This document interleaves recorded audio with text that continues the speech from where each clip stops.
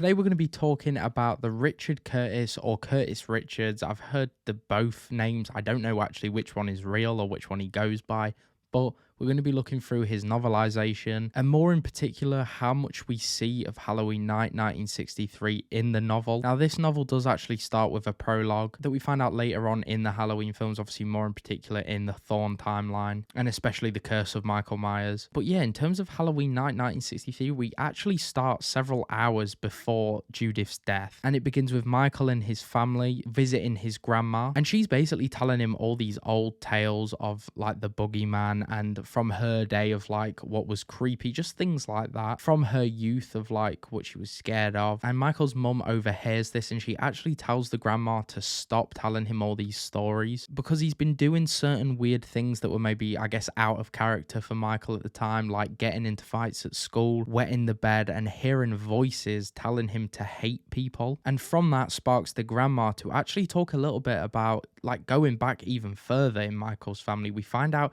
about his great grandfather who actually was having the same issues as Michael's mum had just mentioned, and it actually led him to shoot two people at the town's like harvest dance. And Michael's mum telling the grandma this actually really scares her, and she kind of changes her whole mood after that. And as you read this bit of the novel a little bit more, you can kind of see how in Halloween 6 Mrs. Blankenship's character seems to be kind of written off of Michael's grandma, which is quite interesting to then find out that it was like, you know, possibly taken from the novel. But back to the story, the grandma wants Michael's mum to give her a call when they're back home. And yeah, we kind of cut back to like around the Myers house. We have Michael actually hanging out with other kids in the neighborhood. You know, they're like messing around, trick-or-treating, and they end up going to Michael's home on Lambkin Lane. And it's Judith that answers the door as she's actually waiting for her boyfriend. And you know, she begins teasing them, saying like, what if I don't give you candy? What are you gonna do? And then we have a little bit of a crazy moment. We have actually got some Michael Myers dialogue, and he simply replies, "We're gonna kill you." This makes Judith really pissed off at Michael, and she actually like scolds him. You know, she's telling him off, and then he actually responds to that by saying, "I'm not Michael Myers, I'm a clown." You know, I imagine this was put in to kind of show that that's his evil starting to take over. He's kind of dissociating from Michael Myers and he's becoming,